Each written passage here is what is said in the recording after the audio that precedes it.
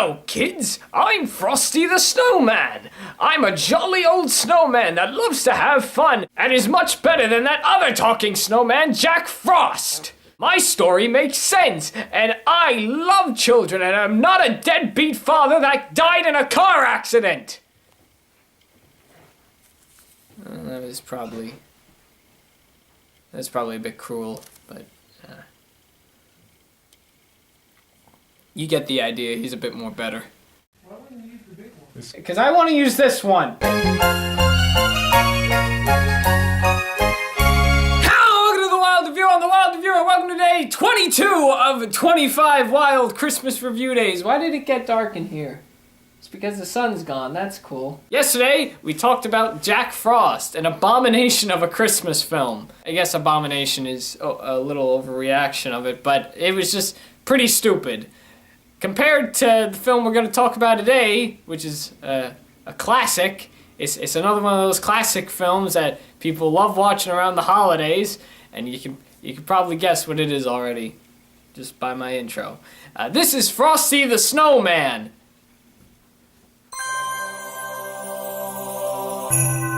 Released in 1969, Frosty the Snowman tells the story of Frosty the Snowman.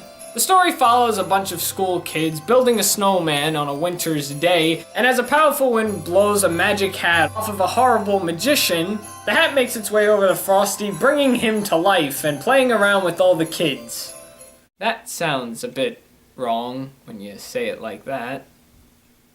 While playing around, Frosty notices that he's starting to melt because the temperature is starting to rise, which is weird, seeing that the special kind of states it's the beginning of winter, and again, similar to Jack Frost, Christmas time is the beginning of winter, so it doesn't exactly make sense why temperatures are going up, but the temperature is rising, which means Frosty is starting to melt. This has Frosty and a young little girl traveling all the way to the North Pole to make sure Frosty stops from melting. Also on their journey, they're being followed by the magician, who's very anxious to get his hat back, not realizing that it had a lot of magic inside of it, which can probably help him improving his magic skills, seeing that he sucks. So one thing that I didn't know about this special originally growing up is I didn't realize this was made by Rankin Bass Productions, which, if you know that name, you've most likely been watching this series. But if you haven't heard of that name, for some reason, they are responsible for many different holiday stop-motion specials like Rudolph and Santa Claus is Coming to Town and Year Without a Santa Claus, and those are the only ones I'm going to name because those are the ones I talked about. I mean, I guess it's kind of a no-brainer because when you watch the special, the design of the characters look very similar. I guess the only reason I was surprised at that is because I thought they only associated with stop-motion stuff. But again, looking at it now, the design of all the characters, the way the face expressions are, and even realizing that Frosty and Rudolph did a holiday special together, guess it would make sense. This was the first time in a really long time that I've seen Frosty the Snowman. I think the last time I saw it in full was, Jesus, God, maybe like 15 years ago? Maybe even less than that, 13, 12? I don't exactly remember, but I do know I was around the age of 4 to 6 years old when I saw this for the first time, and I only remember that because I didn't cope with the ending of the special very well where Frosty melts, because it was sad, and I was reacting because I was sad, and I got yelled at for being sad. Thanks, Teach.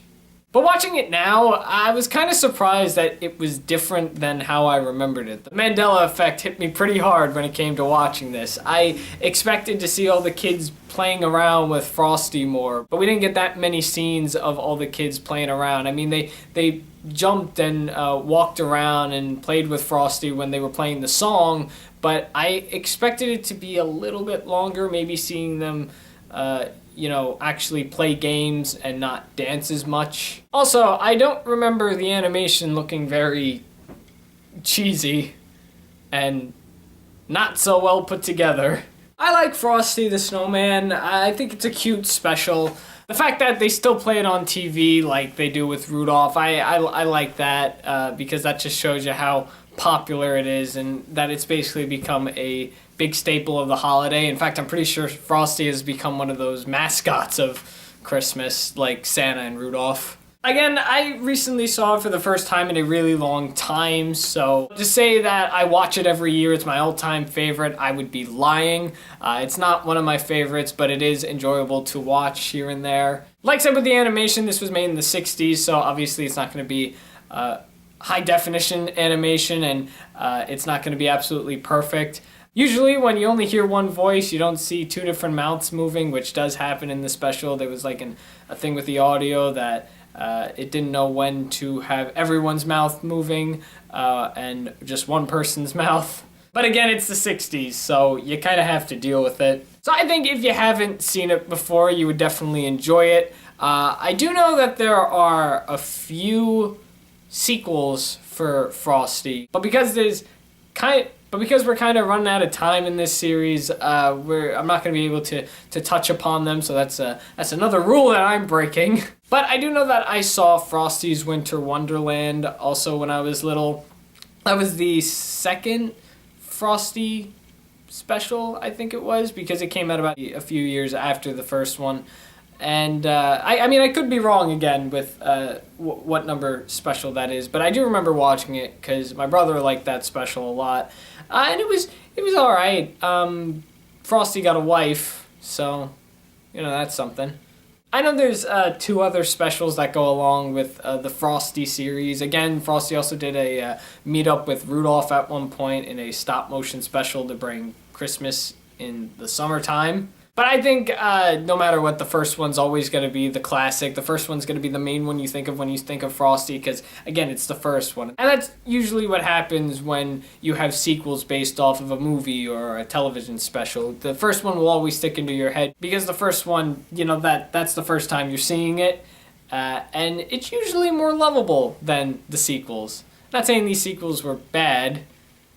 I mean, hell, what do I know? I've only seen one of them. So with that all said, that's all I gotta say about Frosty the Snowman. I think it's a cute special, it's enjoyable to watch. Now I wanna know what all of you people think. That's my foot. Do you enjoy watching Frosty the Snowman? Do you like watching it every year? Do you not like it? Do you agree, disagree with anything that I said in this video? Let me know all your thoughts in the comments below. That's it for day 21 of 25 Wild Christmas Review Days. We got 3 more days left, and then that's it. Come back tomorrow as we touch upon another classic from the 20th century. I don't know the exact year on the top of my head when this came out, but I know it's an oldie and a goodie. Although the name doesn't exactly speak Christmas, it has definitely become a Christmas cliche to do around Christmas time with some Christmas specials and movies. What am I talking about? Well, you're gonna have to come back and see tomorrow because then you'll get your answer. Thanks for watching The Wild Review. I'm The Wild Reviewer, and you just saw me review a thing.